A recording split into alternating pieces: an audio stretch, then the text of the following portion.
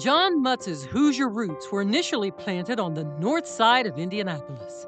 As an outstanding student at Broad Ripple High School, Northwestern University invited him to attend a campus program. A group conversation there about politicians solidified his decision that he would one day run for public office. And he says, well, all right, what kind of people ought to be in politics? And of course, we said people like George Washington and Abraham Lincoln. And he said, well, okay, you're supposed to be the cream of the crop. How many of you would be willing to run for public office? And I was the only one who raised his hand. And somehow or another, I had crossed my Rubicon. John and his wife Carolyn moved to Pittsburgh for his first job, but he quickly decided the big corporation life was not for him. They moved back to Indianapolis to pursue his public service ambitions while working for a college classmate. His first run ended in defeat.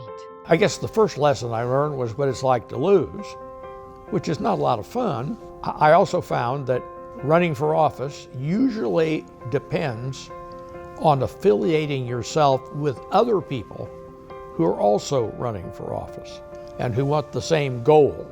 John joined up with the Republican Action Committee, which was aiming to take over the Republican Party in Marion County in terms of candidates and policy. Other names involved included Lugar, Quayle, and Goldsmith. When he talked about recruiting good candidates, he was talking about recruiting good people, quality people, people who were smart, who had vision, so forth and so on. And that was important. This group led Indianapolis through a transformative time that included undertakings like Unigov, the establishment of Indiana University, Purdue University at Indianapolis, and the city's sports strategy. I quickly realized that John Mutz was somebody who had considerable gravitas, and he was willing to do creative things to deal with the problems of the day. The other thing I noticed immediately was John was one of the snappiest dressers I'd ever seen. John eventually served in the state senate and won a four-way primary for lieutenant governor to run alongside Governor Bob Orr.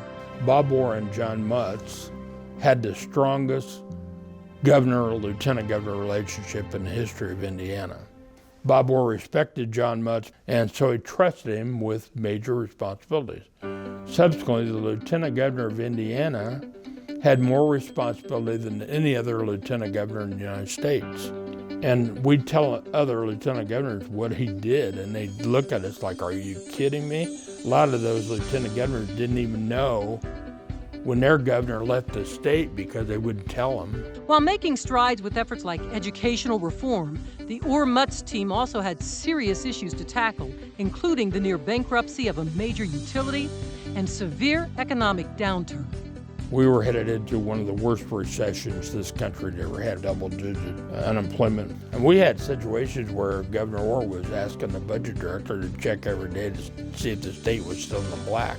And there were a couple times where we were close to not meeting state payroll. A linchpin of that effort was Indiana's Japanese investment strategy, which brought dozens of businesses and thousands of jobs to the state, including the Subaru plant in Lafayette. As the Orr-Mutz administration continued its efforts, John also worked on his gubernatorial campaign against Democrat Evan Bayh and the specific challenges it brought.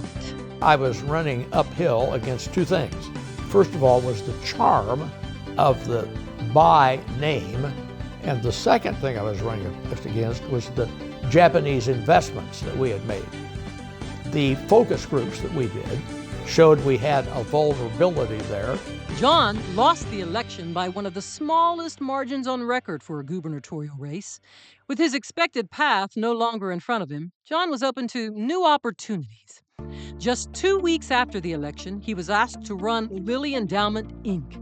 While his tenure there was short, his vision and impact were tangible and enduring, like the endowment's 2-for-1 fundraising match offered to local community foundations. Once again, as John Mutz, with his view about the whole state and how to move it forward, providing resources to allow community endowments to grow so that they could do wonderful things in every community in Indiana. His career took another interesting turn when he was offered the top role at Public Service Indiana, the largest electric utility in the state at the time. John also envisioned and executed monumental projects like the creation of the Lumina Foundation. John was very adamant about the fact that this would become one of the best, most important national foundations when it came to education, particularly education after high school. He's a very values-driven person. He believes that everyone should have a fair shake, an opportunity at success. He also believes that we should be as efficient and as effective and as accountable as possible. John continues to work on projects he's passionate about, like efforts to support independent local media. Through it all, John has remained an incredible mix of optimist, realist, and doer. His wisdom is shared through books he's written, as well as initiatives like the Mutz Philanthropic Leadership Institute. Get those people to work with you who you trust, who are creative, innovative, and totally honest.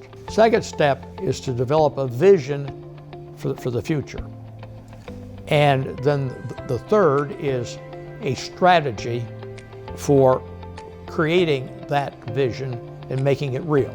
I just think he's been a singular and unique force in the modern history of this state. Someone who didn't achieve all of his goals. He wasn't able to become governor, but he didn't see that as a barrier. He saw it as an opportunity to turn the page and continue to have impact in other ways. And I think that diligence, that perseverance, that tirelessness about John Mutz is something that we've all benefited from and will continue to benefit from for decades to come. Today politicians get caught up.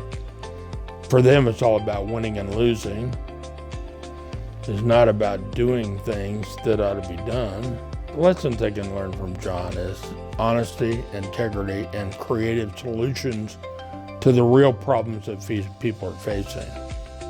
I'm just so proud to have had the opportunity to work with and around this great man and the difference he's made for the people of our state and this beautiful city. He is truly a living legend.